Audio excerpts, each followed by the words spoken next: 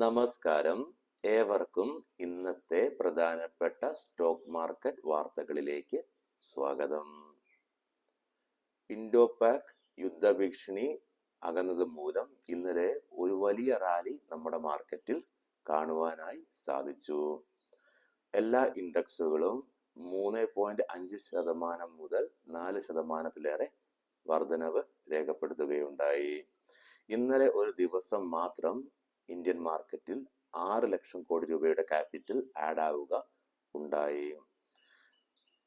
ഇന്നലെ ഒരു ദിവസം 5 വർഷത്തിന് ശേഷം നിഫ്റ്റി ഐ-ടിയിൽ ഏറ്റവും ശക്തമായ റാലി രേഖപ്പെടുത്തുകയുണ്ടായി. മാർക്കറ്റ് ഷോർട്ട് ചെയ്ത ആൾക്കാർക്ക് ഇന്നലെ കനത്ത നഷ്ടം അഭിമുഖീകരിക്കേണ്ടതായി വന്നിട്ടുണ്ടാകാം. ഇന്നലെ പുട്ട് സൈഡിലെ പ്രീമിയം മാർക്കറ്റ് ഓപ്പൺ ആയ ആ നിമിഷം തന്നെ ഭീകരമായ രീതിയിൽ മെൽറ്റായി. ഇന്നലെ ഇന്ത്യ വിക്സും 14.98% ഇടിവ് രേഖപ്പെടുത്തി. വിദേശ ധനകാര്യ സ്ഥാപനങ്ങൾ 1246.48 കോടി രൂപയുടെ ബൈ നടത്തിയപ്പോൾ ആഭ്യന്തര ധനകാര്യ സ്ഥാപനങ്ങൾ നമ്മുടെ മാർക്കറ്റിൽ 1448.37 കോടി രൂപയുടെ ബൈ നടത്തുകയുണ്ടായി. നിലവിലെ ഗ്ലോബൽ മാർക്കറ്റ് നമുക്കൊന്ന് ചെക്ക് ചെയ്യാം. ഇന്നലെ S&P 500 നാസ്ഡാക്കും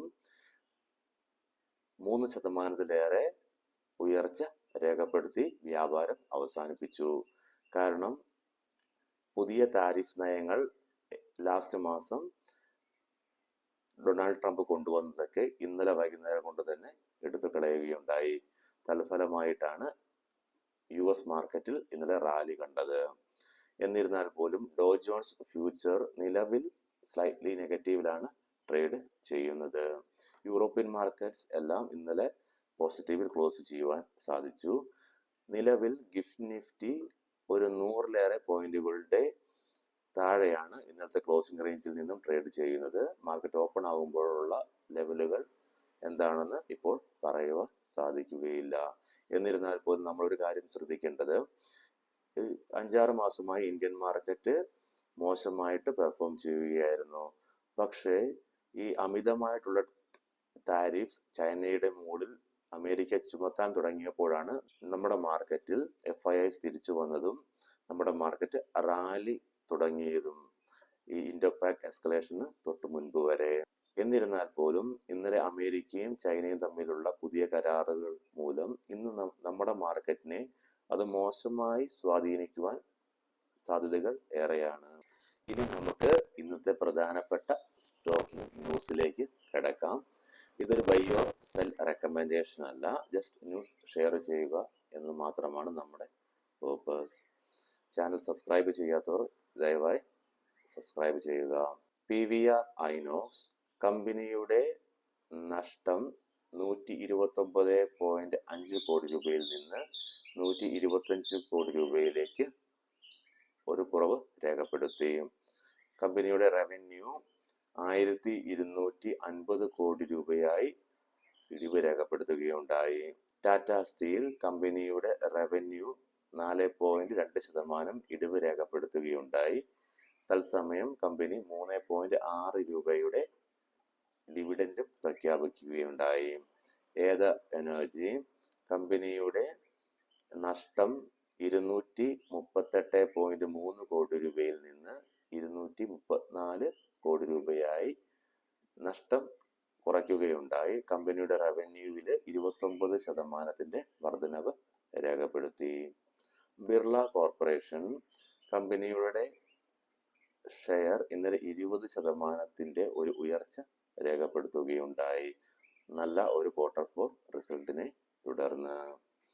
ഫ്യൂഷൻ ഫൈനാൻസ് കമ്പനി 800 കോടി രൂപയുടെ ഫണ്ട് റൈസിങ്ങിന് വേണ്ടി പ്ലാൻ ചെയ്യുന്നുണ്ട് ത്രൂ റൈറ്റ് ഇഷ്യൂ.